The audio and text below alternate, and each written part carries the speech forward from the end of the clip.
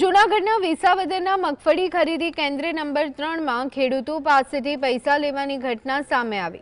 શ્રમિક દ્વારા મગફળી જોખાવા અને પાસ કરાવવા બદલ પૈસા લેવાતા હોવાના આક્ષેપો બાદ ખેડૂતોએ તેમજ આમ આદમી પાર્ટીના આગેવાનોએ केंद्र पर होबाळो मचाव्यो। एक श्रमिके पैसा लीधा बाद खेडूतोए विरोध करता तेने पैसा परत करवा पड्या।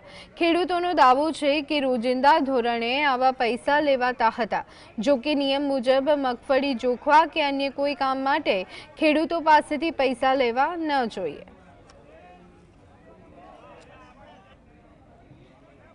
पैसा लिए थे मारो वीडियो बनावे होशियार तो जो हां क्या पैसा कोने लीधा કેટલા લીધા 150 રૂપિયા क्या पैसा क्या पैसा काट बार पैसा बार काट मेल नीचे मेल हरेशबेन फोन करो।